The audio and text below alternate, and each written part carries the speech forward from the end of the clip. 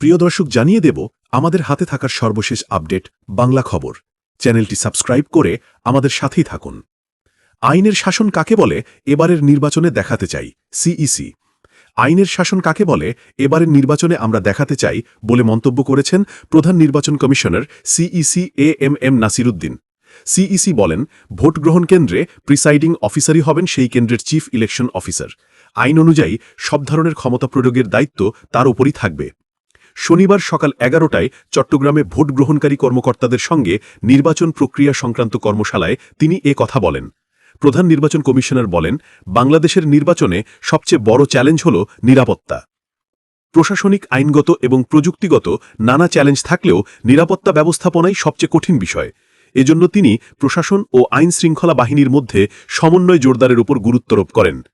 CEC বলেন, আমাদের লক্ষ্য হল একটি স্বচ্ছ, সুষ্ঠু ও অংশগ্রহণমূলক নির্বাচন আয়োজন করা। এজন্য প্রশিক্ষণপ্রাপ্ত, নিরপেক্ষ ও দায়িত্বশীল কর্মকর্তাদের ভূমিকা অত্যন্ত গুরুত্বপূর্ণ।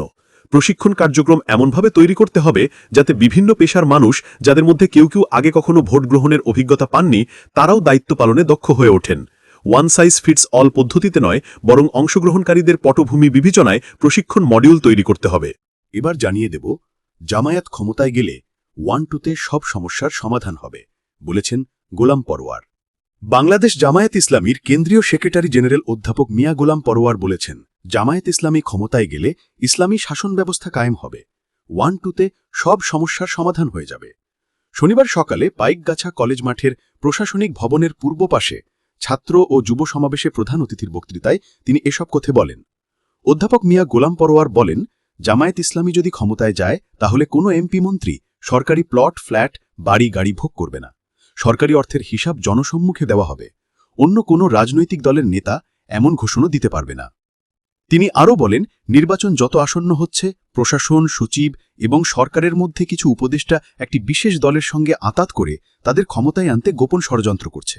আগামী নির্বাচনের আগেই সকল দলের জন্য লেভেল প্লেয়িং ফিল্ড নিশ্চিত করতে হবে। জামায়াত ইসলামী যদি ক্ষমতায় আসে, আমরা শাসক হব না, সেবক হব। আমরা ফ্যাসিবাদের বিরুদ্ধে যুদ্ধ করেছি, আরেকটি যুদ্ধ হবে দুর্নীতির বিরুদ্ধে। আমরা মানবিক সমাজ গড়তে চাই, সকল শ্রেণী পেশার মানুষদের সঙ্গে নিয়ে সুশাসন কায়েম করতে চাই। জামায়াত ইসলামের সেক্রেটারি জেনারেল বলেন, আমাদের কাছে যদি রাষ্ট্র ক্ষমতা আসে তাহলে প্রথম কাজ হবে শিক্ষা ব্যবস্থাকে চরিত্র, নৈতিকতা, কারিগরি সব মিলিয়ে একটি নতুন ধারার শিক্ষা ব্যবস্থা গড়ে তোলা। অর্থনীতিকে আমরা দুর্নীতিমুক্ত করব। ঘুষ, দুর্নীতি আমরা করব না, কাউকে করতেও দেব না। তিনি আরও বলেন, আমাদের দেশ 5-7 বার দুর্নীতিতে চ্যাম্পিয়ন হয়েছে, আর যেন কখনো এমন না হয় সেজন্য আমরা কঠোরভাবে কাজ করব। সামাজিক ন্যায় বিচার প্রতিষ্ঠিত করব। বেআইনিভাবে কারো নামে মামলা হবে না। জামায়াত ইসলামী পাশ করে ক্ষমতায় গেলে ইসলামী শাসন ব্যবস্থা কায়েম হবে, 1-2তে সব সমস্যার সমাধান হয়ে যাবে। এজন্য জামায়াত মনোনীত প্রার্থী আবুল কালাম আজাদকে ভোট দিতে ভোটারদের প্রতি আহ্বান জানান। উপজেলা জামায়াতের আমির মাওলানা সাইদুর রহমানের সভাপতিত্বে বিশেষ অতিথি ছিলেন খুলনা 6 আসনের মনোনীত প্রার্থী কেন্দ্রীয় কর্মপরিষদ সদস্য মাওলানা আবুল কালাম আজাদ, কেন্দ্রীয় ছাত্র শিবিরের সেক্রেটারি জেনারেল নুরুল ইসলাম সাদ্দাম, জেলা জামায়াতের নায়েবে আমির মাওলানা গোলাম সরোয়ার, জেলা সেক্রেটারি মুন্সি মিজানুর রহমান। বক্তব্য রাখেন জামায়াত নেতা অধ্যাপক গোলাম কুদ্দুস ও মাওলানা শাফিকুল ইসলাম, মাওলানা আমিনুল ইসলাম, আবুজার আল গিফারি, অ্যাডভোকেট শাহ আলম, মুন্সি মইনুল ইসলাম, অমারেশ চন্দ্র মণ্ডল। সঞ্চালনায় ছিলেন উপজেলা সেক্রেটারি মাওলানা আলতাফ হোসেন ও আব্দুল খালেক। এদিকে বাংলাদেশি পাসপোর্ট দেখে মাটিতে ছুঁড়ে ফেলেছে ইসরায়েলি বাহিনী। ইসরায়েলের কারাগার থেকে মুক্ত হয়ে দেশে ফিরেছেন আলোকচিত্রী শহীদুল আলম। টার্কিশ এয়ারলাইন্সের একটি ফ্লাইটে শনিবার 11 অক্টোবর ভোর 4:55 ঢাকার হজরত শাহজালাল আন্তর্জাতিক বিমানবন্দরে পৌঁছান তিনি। পরে সকাল 5:15টার দিকে তিনি শাহজালাল বিমানবন্দরের ভিআইপি ফটক দিয়ে বের হন। তাকে স্বাগত জানান তার শুভাকাঙ্ক্ষীরা। এ সময় তারা ফ্রি ফ্রি প্যালেস্টাইন বলে স্লোগান দেন। সে সময় ইসরায়েলি বাহিনীর হাতে আটকের অভিজ্ঞতা নিয়ে আলোকচিত্রী শহীদুল আলম বলেন, আমার ওপর শারীরিক নির্যাতনের বিষয়ে কিছু বলতে চাই না। সবচেয়ে বেশি অপমানিত বোধ করেছি যখন বাংলাদেশি পাসপোর্ট দেখে তারা ইসরায়েলি বাহিনী মাটিতে ছুঁড়ে ফেলে দিয়েছে। এটা আমাকে ভীষণভাবে আক্রান্ত করেছে। এই অপমানের বিচার আমাদের আদায় করে নিতে হবে। ইসরায়েলি বাহিনীর কাছে গ্রেফতার হওয়ার পর কঠিন সময় গেছে জানিয়ে শহীদুল আলম বলেন, আমাদের ওপর নির্যাতন করা হয়েছে, তখন আমাদের কঠিন সময় গেছে, কিন্তু গাজাবাসীর ওপর যা হয়েছে তার তুলনায় আমাদেরটা কিছুই না। যতক্ষণ ফিলিস্তিন মুক্ত না হবে ততক্ষণ আমাদের সংগ্রাম চলতে হবে। তিনি বলেন, গাজা এখনো মুক্ত হয়নি, গাজার মানুষ এখনও আক্রান্ত, এখনও তাদের উপর নির্যাতন চলছে এবং সেটা যতক্ষণ পর্যন্ত শেষ না হয় ততক্ষণ পর্যন্ত আমাদের কাজ শেষ হয়নি। ফ্লোটিলায় যাওয়ার পর বাংলাদেশ সহ সারা পৃথিবীর মানুষ আমাদের জন্য দোয়া করেছেন, ভালোবাসা পাঠিয়েছেন। তাদের কাছে আমি কৃতজ্ঞ। টার্কিশ এয়ারলাইন্স আমাকে দেশে আসার ব্যবস্থা করে দিয়েছে, তাদের কাছেও আমি কৃতজ্ঞ। ধন্যবাদ জানাই।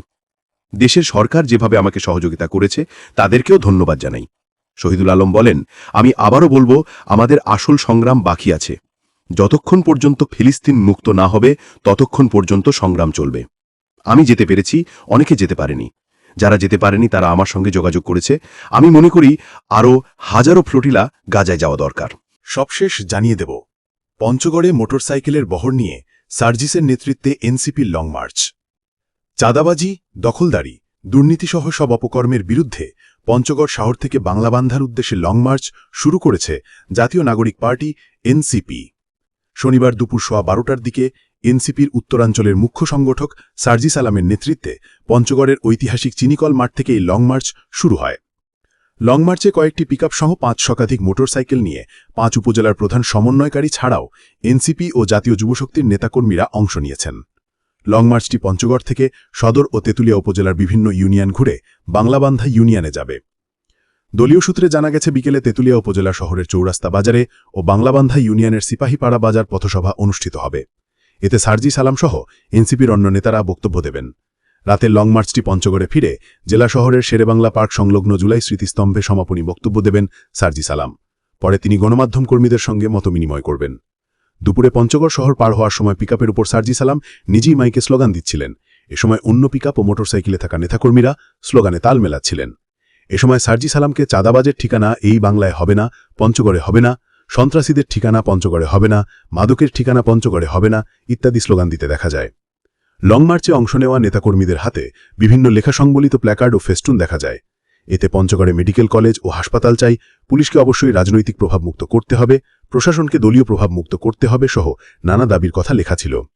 এর আগে গতকাল শুক্রবার সার্জিস আলম নিজের ফেসবুকে এক ভিডিও বার্তায় এনসিপি আয়োজিত চাঁদাবাজি, দখলদারি, সিন্ডিকেট, দুর্নীতিসহ সব অপকর্মের বিরুদ্ধে পঞ্চগড়ের এই লং মার্চে বিভিন্ন শ্রেণীপেশার মানুষকে যোগ দেওয়ার আহ্বান জানিয়েছিলেন।